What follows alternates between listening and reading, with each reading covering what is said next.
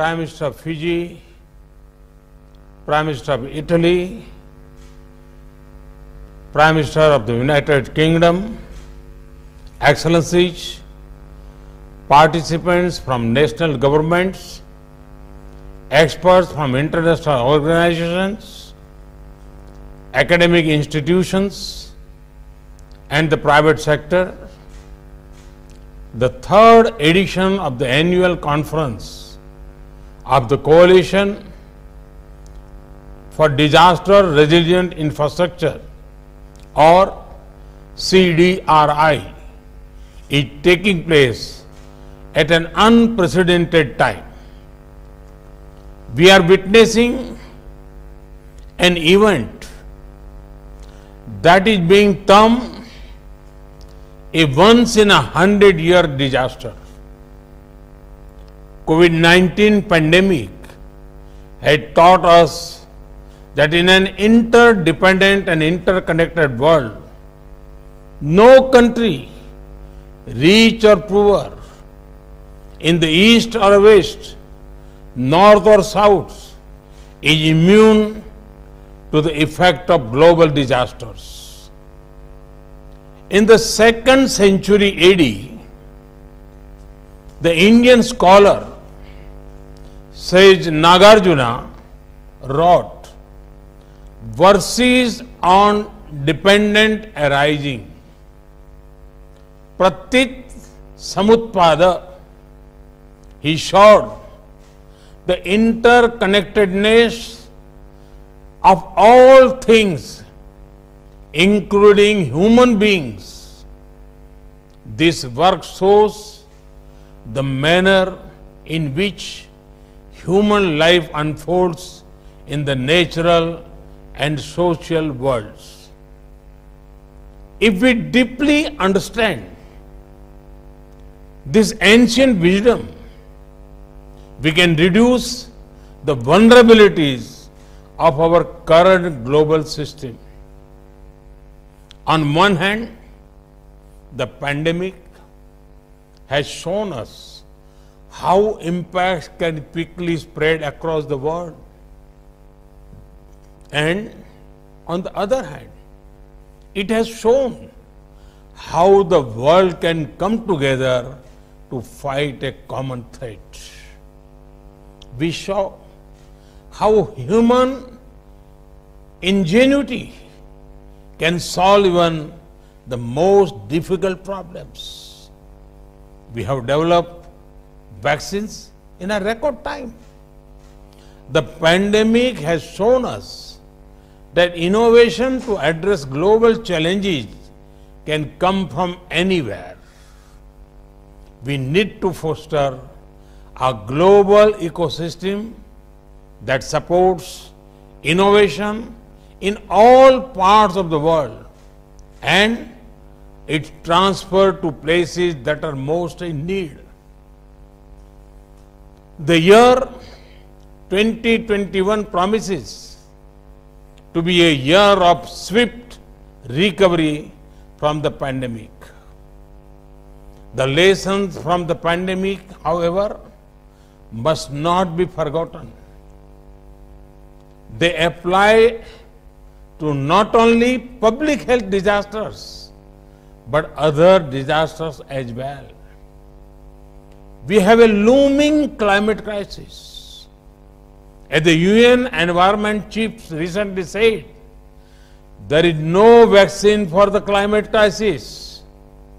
It will take sustained and concentrated efforts to mitigate climate change. We also need to adapt to changes that are already being observed and are affecting communities around the world. In such a context, the importance of the coalition has become even more evident. If we can make our investment in infrastructure resilient, it can be a centerpiece of our wider adoption efforts. Countries that are making large investment in infrastructure, such as India, must ensure that this is an investment in resilience and not in risk. But as the events of recent weeks have shown, this is not a developing country problem alone. Just last month, the winter storm Uri knocked out around 1/3 of electricity generating capacity in Texas, United States. Almost 3 million people were left without power. Such events can happen anywhere. While the complex causes of the blackout are still being understood, we must learn lessons and preempt such scenarios. Many infrastructure systems, digital infrastructure, shipping lines, aviation networks cover the entire world. Effect of the disaster in one part of the world can quickly spread across the world. Cooperation is a must for ensuring the resilience of the global system. Infrastructure is developed for the long term. If we make it resilient, we will prevent disasters not only for ourselves, but many future generations. When a bridge is lost, a telecom tower falls, power system fail, or when a school is damaged, the loss is not just the direct damage. We should look at losses holistically. Indirect losses due to disruptions to small businesses and interrupted schooling of children may be several times higher. We need the right accounting perspective for a holistic evaluation of the situation. If we make our infrastructure resilient, we will reduce both direct and indirect losses and protect the livelihoods of millions.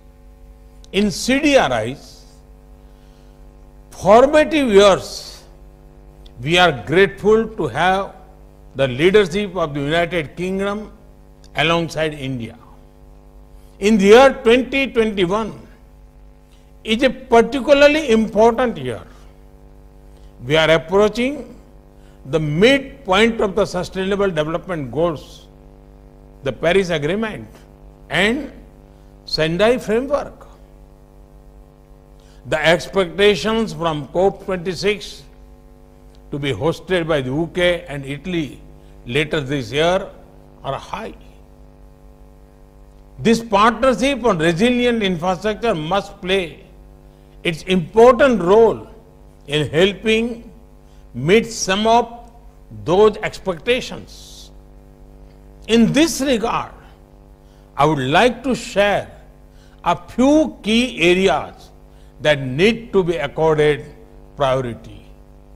First, CDRI must embody the central promise of the Sustainable Development Goals, that is, leave no one behind.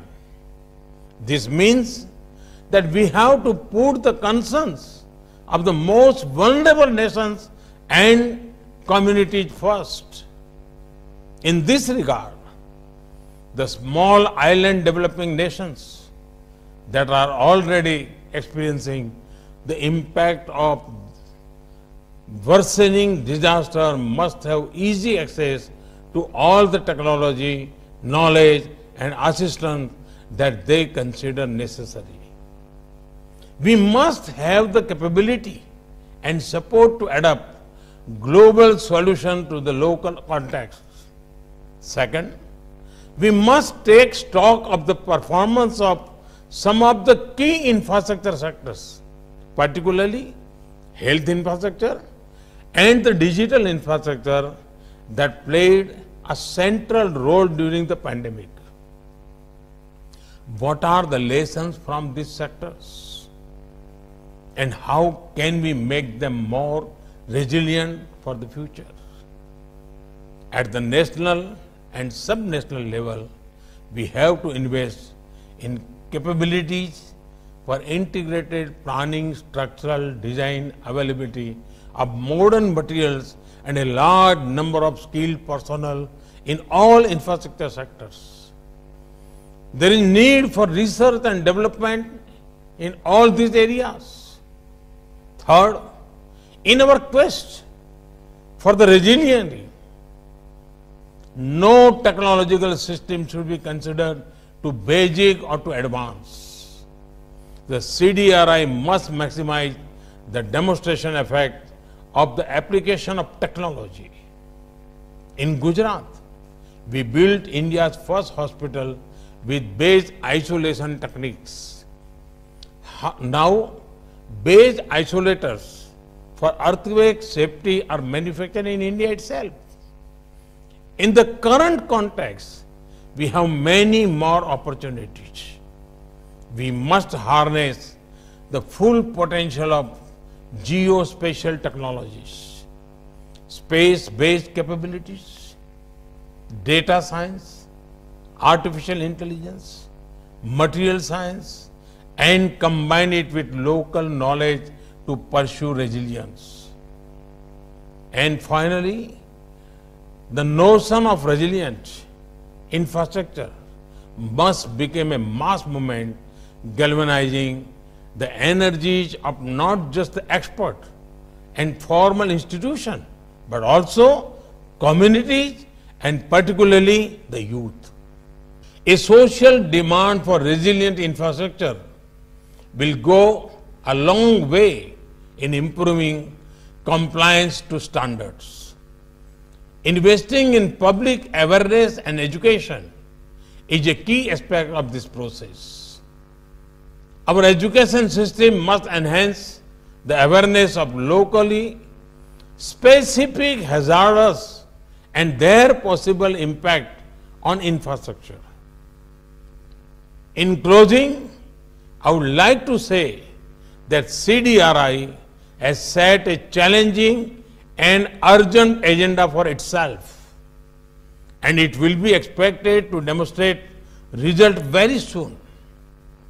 In the next cyclone, in the next flood, in the next earthquake, we must be able to say that our infrastructure systems were better prepared and that we reduce losses. If damages occur, we should be able to restore services quickly and build back better. In our quest for resilience, we are all in the same boat.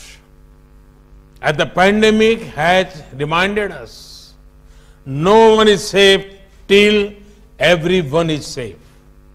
We have to ensure that we leave no community, no place, no ecosystem, no economy behind.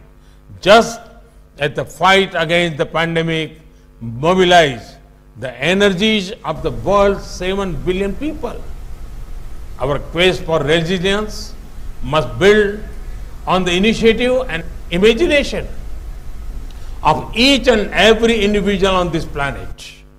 Thank you very much.